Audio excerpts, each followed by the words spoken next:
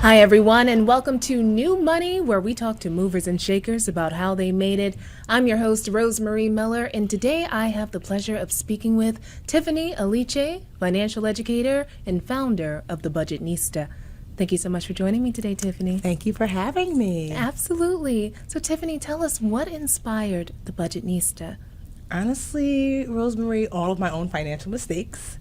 So the recession happened in 2009-10, and by then I was a school teacher. I'd been teaching for 10 years, and in my 20s, I was financially perfect. My father was a CFO and an accountant. He taught my 4 sisters and I how to manage our money. So I had savings, I had a great credit score, I just finished my master's in education, and I purchased a condo. Then the recession hit, and I found myself the victim of a credit card scam that left me $35,000 in debt. So for the first time, I had credit card debt. I had this new master's that was $52,000 that I now owed, and then I had this condo for $220,000. And then I lost my job because the recession, so many people were losing their jobs during that time. Oh, my goodness. And it was rebuilding from a place of like utter financial destruction that made me think, I don't want other people to have to do this alone. And so I tapped into my passion for education and teaching, and started teaching especially other women how to get and stay on financial track. Mm-hmm.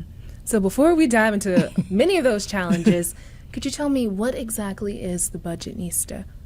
The Budgetnista is a financial education firm where I teach personal finance through books. I have a New York Times bestseller, Get Good with Money, and a new book, Made Whole, that's coming out.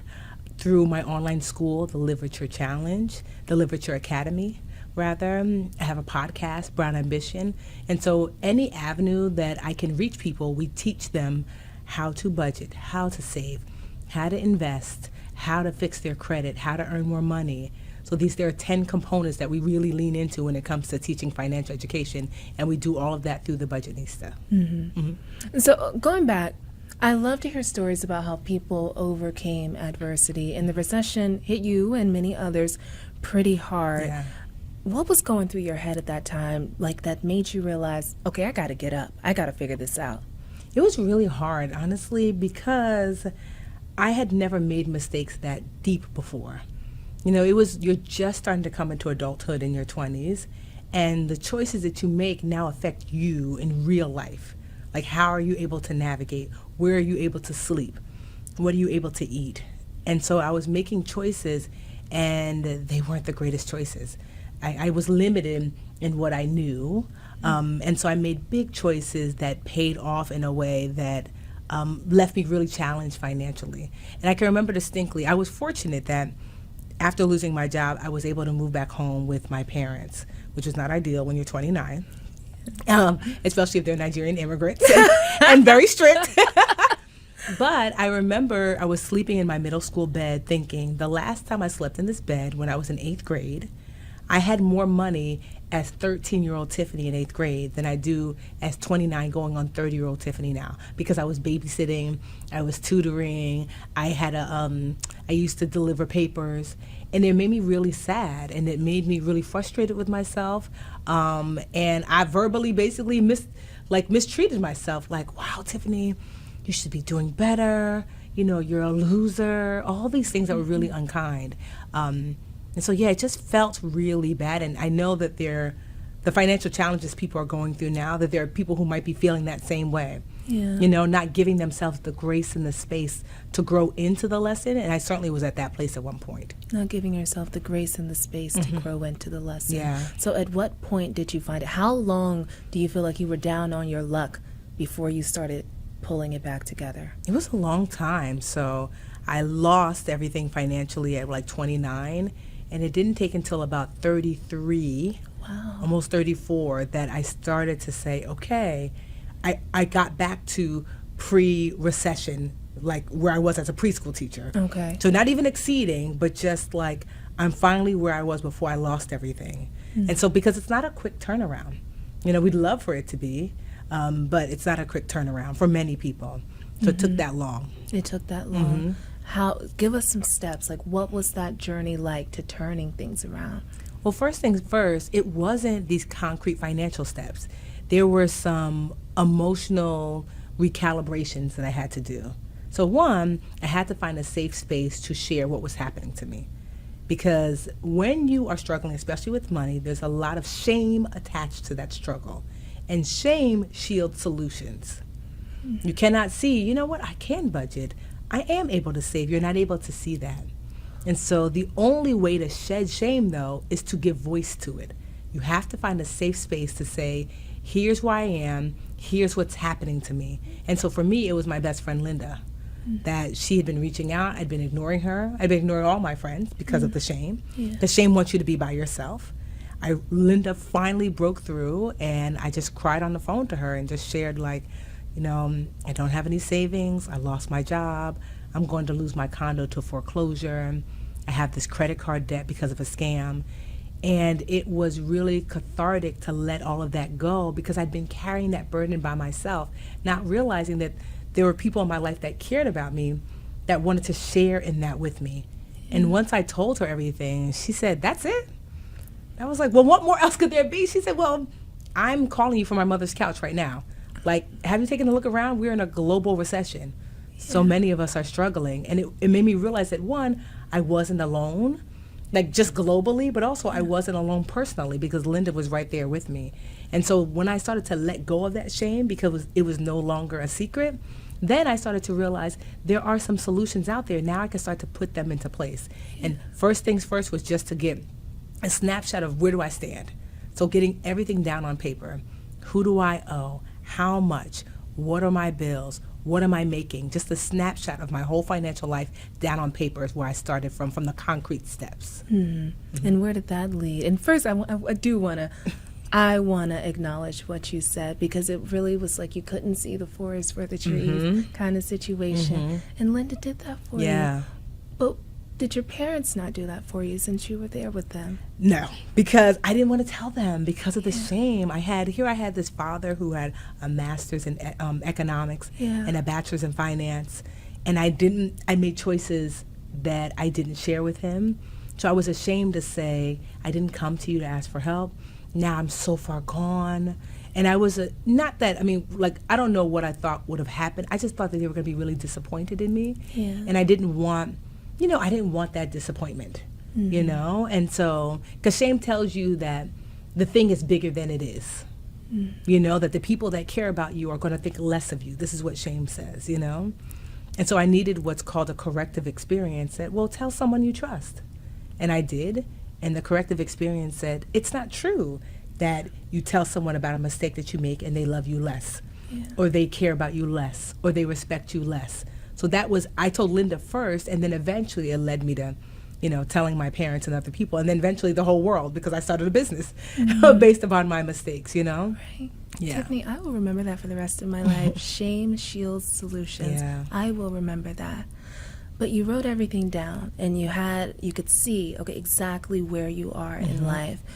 What did you gain from that? What happened after that moment? It made me feel really bad at first because it seemed insurmountable. Yeah. It can feel like this is a mountain that I'll never be able to climb, but at least it gave me a context of where am I. And then on the other side, I said, well, where do you want to be, Tiffany? Where do you want to be 5 years from now? How would you like this picture to look different? Because we have to walk towards something. So then I thought, okay, you're here and you want to be here. Now, the difference between here and here are just steps. So what do those steps look like? In the beginning, it was like, do you have a working budget? What does that look like for you? I was on unemployment, so I wasn't making a whole lot of money. My budget said I couldn't even afford all of my bills, but what bills can you afford? Can you lean in there? And then I remember thinking I would love to start saving. It took like 2 years before I could save $5 a month. But I put a plan in place. It was like when I am making more than what my life is costing me, I can start to set aside. I started to aggressively pay down my debt because I knew that credit card debt was cancerous. And if I didn't do something to it, it was going to continue to grow and grow and grow and really choke my financial dreams. So I started to manage debt better. I started to manage credit better. And ultimately, I had to learn to earn more money. I said, okay, you're on unemployment because your school closed, but there has to be other ways that you can make money while you're looking for another job. So I started to tutor again. I started to babysit again. And then even I started to help people with their budget. I was always really good at budgeting. I'm like, well, maybe I can do that on the side. I can charge $100 to sit down and create a budget for you. So I started to look for ways to empower myself on the journey. And so that's how it all started. And honestly, from there, the Budgetnista just started to grow because I didn't realize how many people were sitting in their own financial shame, how many people needed a Linda. So I became the Linda to now over 2 million women worldwide. How many people needed guidance and support? How many people needed solutions that shame was shielding from them?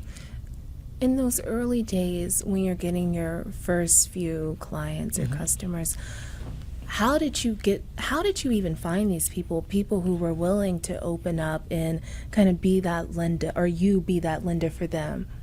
So I was fortunate because just when I was starting the Budgetnista, social media was going from you follow people that you know from college to like a broader reach. And so I leaned into using social media to post like I'm teaching. I did a lot of volunteer work at first. So I spoke at churches, people's basements, where I was just teaching basic financial education.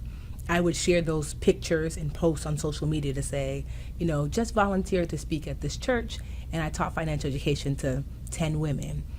Just volunteered at my alma mater where I spoke to the students about budgeting. And people started to ask me, can you show me? And I thought, oh, wait, I'm posting because it was still very much social media. It was about the people that you knew. They followed you. And my friends were like, I didn't know you did that. Can you help me? So I started to help them. And then they started to tell their friends. Tiffany helped to get my finances together. And somebody asked me, how much did I cost? I remember. And I thought, wait, can I charge for this? Because in the beginning, I was just helping friends. And that was like the aha moment, like, okay, when I post what I'm doing, people realize that this is what I do. And then friends reach out, I help them, and then that leads to other business. And so that was the first initial business model, these kind of one-on-ones that I would do with people. Yeah. And when you were doing that in the early days, did you have this feeling like, I think this is what I'm supposed to be doing with my life? Well, I knew early on that I was called to be a teacher. Yeah. And I just assumed that it was literally a teacher in the classroom. And I lit up teaching like students in my classroom. And I thought after my school closed that maybe that chapter of my life had been closed as well. I didn't understand that no, I am still and will always be a teacher. And so helping people to see someone and you meet them, and I was uniquely qualified because I taught preschool. So there is just the softness and a love that I bring to the table when teaching. So many people cried, so many. Because you sit with them, they look at their numbers don't look great, they feel ashamed, they feel afraid. And so we cry together sometimes. And then I would share my story of all the struggle that I've been through and how step by step I was working my way out and that they could too. And so I don't believe that me being a preschool teacher first was coincidental. It's I had to learn to teach from this super empathetic place first and foremost before I can go out into the world to help people with their money. So you knew you were born to be a teacher. Who taught you how to be a businesswoman as the Budgetnista started growing? So nothing teaches you about business like being in business, although I did go to school. My bachelor's degree is in business with a concentration in marketing. So I certainly had a foundation there. But all the things I learned just super foundational. Really, it's being in business that you learn how to navigate business. Every day I'm still learning. 15 years later, the business every single day teaches me something new. It's exciting, it's challenging, it's hard, it's frustrating, but it's honestly really wonderful. I can't imagine myself not doing anything else but being in business for myself. And what are some of the biggest challenges you've had in business that you've now overcome? Just this year alone was a really tough financial year. So during the pandemic, I had an incredible year in business. We hit our first 8-figure year in business. We made just over $10 million, which was oh my gosh, it's amazing. And then a few years later, we had a low year where we barely made 3, which on the surface sounds like a lot of money, but to go from this to this, because it meant letting people go, it meant reducing some of the services that we provided. And so the challenge of figuring out how do you navigate on so much less was not easy. How do you get your team motivated to do work when They know that the numbers are looking like not as good as they used to look. You know, that you can't provide raises like you did before.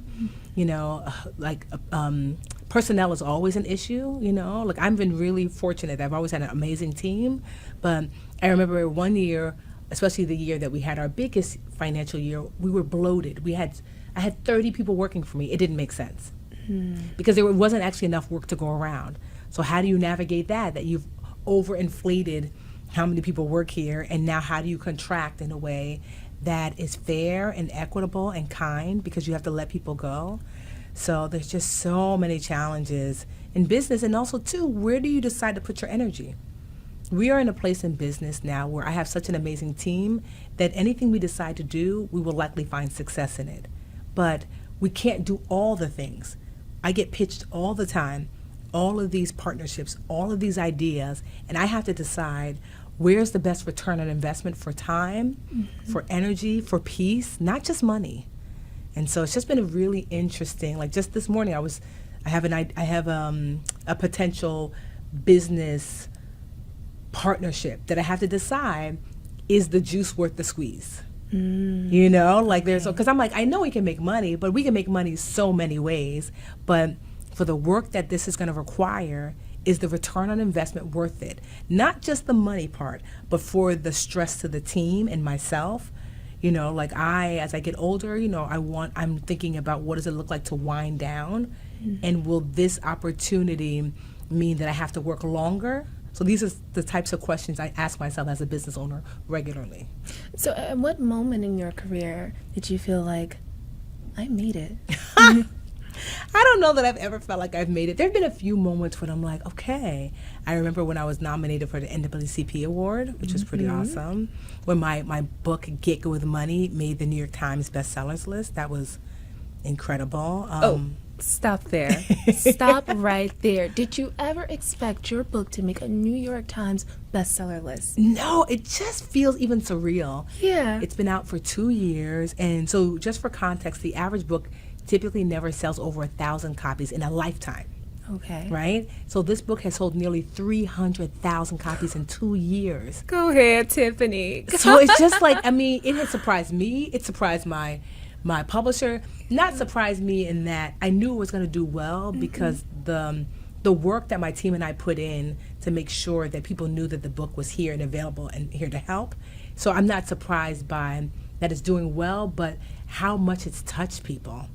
How much, like, you know, people are really leaning in, so much so that I created the workbook that we have here, Made Whole. Okay. You know, because people are like, I love the textbook of Get Good with Money, but now I want to do work alongside the lessons that you're teaching. You know, and so it spawned the second book, Made Whole. And so, yeah, that was a huge, like, Mama, I made it. And then lastly, there was Netflix. I got a Netflix special called Get Smart with Money. And so it didn't really click to me until my niece, Amelia, is 6, and she like loves to watch whatever shows on Netflix. And she went to open up Netflix at my house, and then the trailer for my show, Get Smart with Money, came up, and it was me. And she looked at it and looked at me, and looked at it and looked at me, and she said, "Auntie, you're on Netflix." I said, "I am." She said, "I want to be on Netflix." And it made me think to myself, she can be on Netflix one day. Yeah. You know, like where her favorite shows are, her auntie's on there too. And it just gave her this thought that, like, oh, I didn't even know that real people could do something like this. So that was a big Mama, I made it moment. Yeah. Wow, Tiffany. So if you could give one piece of advice, one piece of financial advice, Okay. and one piece of separate business advice, Okay. what would those be? So the piece of financial advice that I would give is to start imperfectly. You know, that I know you're wanting to clear your debt, fix your credit, make more money, invest, get your insurance together, all those things, but you have to start somewhere. So you want to start imperfectly, even if it just means telling your Linda, here's where I stand, writing down all your finances on paper, even if you don't know what to do next. Just starting imperfectly means that at least you have a starting place, because you cannot get to the end of this journey unless you put one foot in front of the other and start. And so many people never get to where they want to with their finances because they have not started. In the business advice. So business advice, build relationships, because there is no way that you are going to navigate the business landscape by yourself. I tell my team all the time when they ask me like a question, I don't know, that just like you, I just got here today too. This is a new day in business. That's a new challenge. But because I built relationships, I have mentors that I can reach out to. I have peers that I can reach out to. I even have mentees that I can tap into. And so I'm never alone in the process. It makes the process fun. It makes the process possible. And you get to be a resource as well as tapping into other resources. Relationships are going to be everything in business. So what's next for you, Tiffany? So what's next is that hopefully Made Whole will do just as well as Get Good with Money. And honestly, I don't know. I am in a space now where I am transitioning into what does it look like to be what I call less Jay-Z and more Sean Carter. Right? So less on the front end of like the performer, and more really the back end. Of course, I still do the business on the back end, but I want to kind of retreat from public life and really maybe help other businesses. I do a lot of mentorship, so help other businesses get to where they want to go to. So I'd love to do that, to be still really active, still really engaged, but more on the back end and less on the front end, I think. You truly are a teacher at heart. You are. Well, thank you so much for joining me today, Tiffany. Thank you for having me. Absolutely.